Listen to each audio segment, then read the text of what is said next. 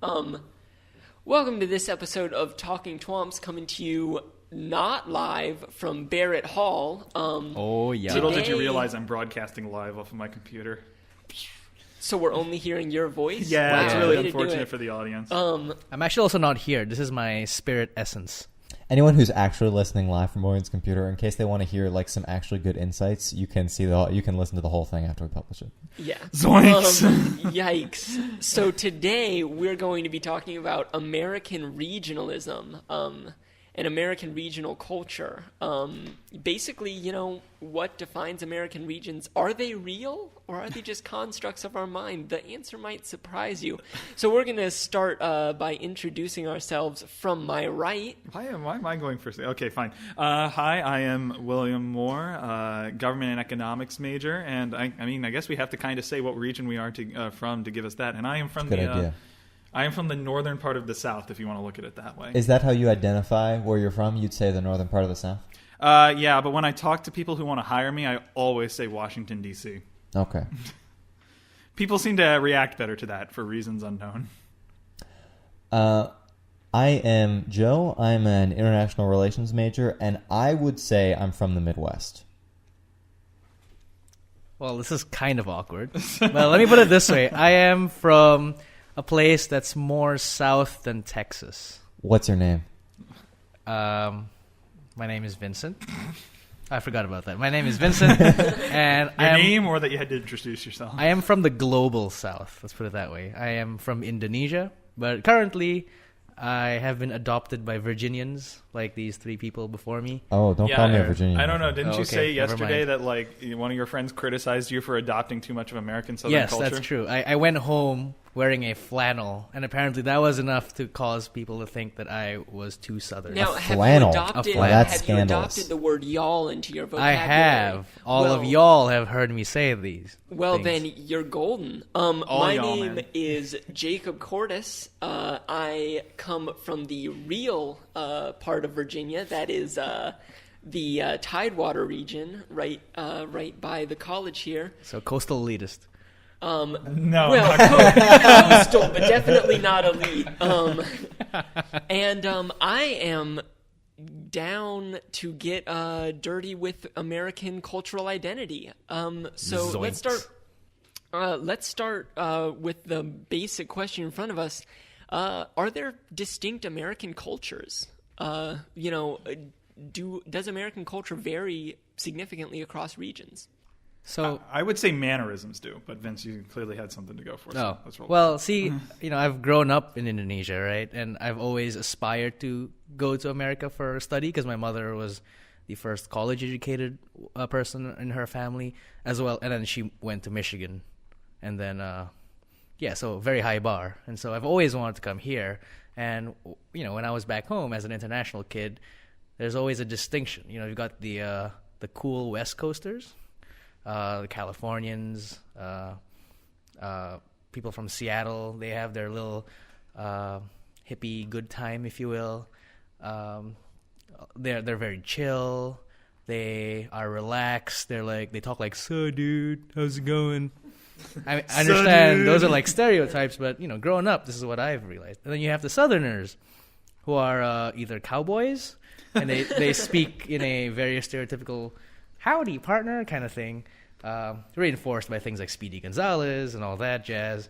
And then those are Texans. They're a different kind of Southerner. And then you got Washingtonians from D.C. They're the preppy people. That is absolutely true. Yeah. See? Ouch. And then you've got people from Maine who are really good. They like to boast about their seafood, and then you have like people who are closer to Canadians. They don't really speak like Canadians, maybe, but it's very difficult to distinguish Canadians from really, really Northern Americans. So Minnesota. Yeah, and then the flyover states, we literally knew nothing about them. So there's that. Now, do you include Ohio, Joe's native country, as a flyover state? See, a lot of Indonesians won't be able to tell you where Ohio is, even on a map. Like, We I'm have sorry, we multiple- know California, Seattle, which people think sometimes is a state. It's not. And then you have D.C., And For the Texas. record, And that's it. there are multiple airports in Ohio. I've seen them. There's more than one. I think that's actually a really interesting point that Vince has brought up, though, is, perceptions of American culture from outside of America, tend to still be dominated by coastal modes of, talking and coastal culture. It's absolutely true. The whole middle America really blurs together to most people who are not from the country. But I'd say that's true of just about any country, wouldn't it?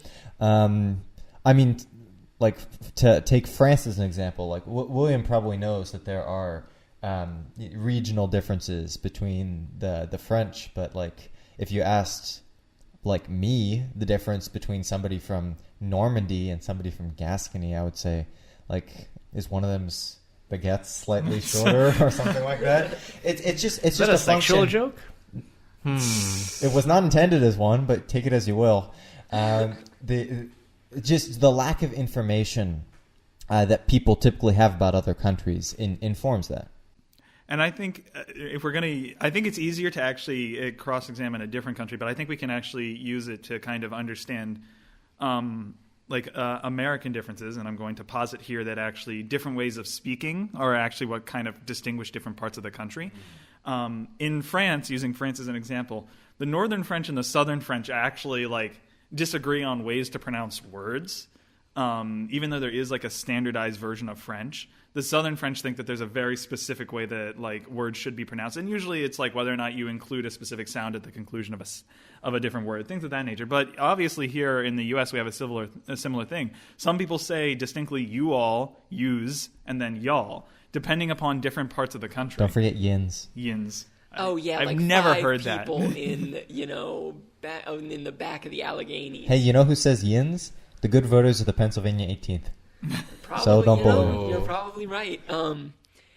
I think that is interesting, but I'm gonna kind of put forward a confounding example there, which is American regional accents are disappearing, and does that represent an erosion of American regional cultures? Because in the South, it used to be that basically everybody had doubled vowels. You would say things like, basically if there was a long vowel in a word, it would stretch out to 2 syllables, right? And that's been steadily disappearing. So, and then of course, y'all has been, kind of in a counter example, been spreading out of the South so that it's becoming more widespread. I heard that from rap, so Because it's a superior way to say "you all." Well, right, but so does that kind of move towards linguistic homogeny? Does that represent kind of an erosion of regional cultures as well? I would say yes, actually. And I think it has to do with information technology being superior. It's easier to get into contact with people who live literally across the country. Have any of y'all done the is it Harvard's language test? Oh, the one That's we a did? really regional interesting language test. Yeah, Yeah. the regional I don't think language that's- test. Is that Harvard? I don't know if it's think so. Harvard. I think New York Times published it, but I don't think it was their data. So We'll go ahead and drop it in the link dump. Yeah, I'll pull it up. once we find it. But basically, what I found interesting was I've sat and watched a lot of people do this test, and I noticed with people who are older, 40s, 50s, 60s, when they do the test, it's clearly localized. And obviously, this is anecdotal evidence, but I've probably seen at least 50 people who are older do the test, and it was much more localized. And then when you get to people who are younger, 20s and below, it tends to be increasingly spread out, the locations especially.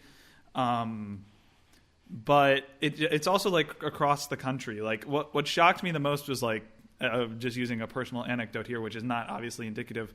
Both my parents clearly centered from New England, northeast USA.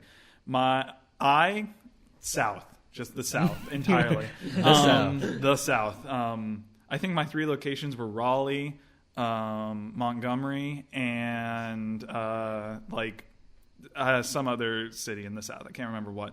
My sister had Sacramento. Has she ever been to Sacramento? No. That's the thing. She's never been to Sacramento. So I'm just what? And so I really do think that when you hear other people talk, you start to adopt their isms regardless of whether or not you actually mean to. And I think me now having lived in D.C. for over a decade, D.C. has so many people coming in all the time speaking in different ways. So everybody there, like it changes on a daily basis, not to mention the fact that D.C. has a lot of weird isms of its own. So I think D.C. could be categorized as a category all its own, separate from all the other regions. Just like D.C. and its metropolitan area into the surrounding areas. Including its suburbs? Yes, including its suburbs. So a significant part of Northern Virginia, a significant part of the area outside and inside the Beltway. And then when you get south of Northern Virginia, you start to run into what I would regard as the South. So that's like not even like a little bit north of Fredericksburg going south to probably about South Carolina, Georgia. And then once you start going west of that, I think it's actually slightly different. So does the Mason-Dixie line have any relevance today when it comes to northern versus southern culture? Not anymore. Because that's where it first it's a little further south than that, I think. Well, it's been slowly inching further and further south. Yeah. It's still, the rural sections of Virginia, especially south and outside of the Richmond Beltway, have definitely a stronger southern bent than, D.C. does. D.C. almost doesn't at all, for instance. Well, yeah, no, D.C. doesn't have a southern bent. Though the interesting thing is I think it depends on what side of the Appalachians you're looking at. I was shocked and horrified to see the last time I was in Ohio, and this is northern Ohio, right, with a little bit of northwestern Pennsylvania, to see a not insubstantial number of Confederate flags flying around in front of people's houses and people's trucks, and that really puzzled me because it's Ohio, dude. Whose heritage are you talking about? But I think I think there's sort of a distinct region in there between the Great Lakes and the South, like in the Appalachian region, which is actually expanding in a way that the traditional South, quote unquote, is not. And I think that sort of West Virginia, Kentucky, Tennessee, as we discussed, is increasingly its own region and increasingly sort of encroaching onto the territory of the Southern Midwest across the Ohio.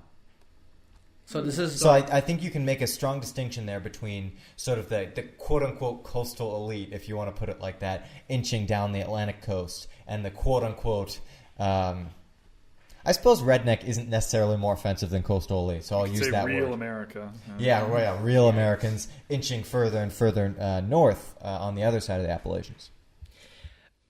But I mean, so that's something you've noticed. Not just linguistically, right? That's, it sounds like a cultural argument instead of a linguistic argument. People flying Confederate flags or what have you. I think people have always said y'all in Cincinnati. So, really, in Ohio, huh? Well, here's the interesting part. This is all historical, and we should be speaking historically, because when you're talking about Ohio, for instance, I know very well. The southern part was settled by many of the same people who settled, Kentucky, Missouri, West Virginia, came across the mountains, went down the Ohio, settled along the Ohio. The north was settled by Yankees, basically. The whole area of Ohio that I'm from, the northeastern part, was literally part of the territory of Connecticut before Ohio became a state, the Connecticut Western Reserve. I think you can see a serious distinction between settlement patterns, and I think that largely defines many regions. Like the distinction that I'd make between the Midwest and the Great Plains, assuming you recognize such a distinction, is a lot of where the early German settlement becomes late German and Scandinavian settlement, and I think you can see distinct cultural differences to this day, like Minnesota nice, quote unquote. Which is why a lot of people from Wisconsin. A lot of people, just to bring up the historical example, a lot of people lump, Ohio, Indiana, Michigan, Wisconsin, and Illinois together, all simply because they were historically part of the Northwest Ordinance. Yeah. So they were all packaged as one territory that was slowly broken up into states. See, and I think what's interesting about that is that a big confounding kind of variable in trying to say, well, it was the Northwest or the Northwest, right? It was called the Northwest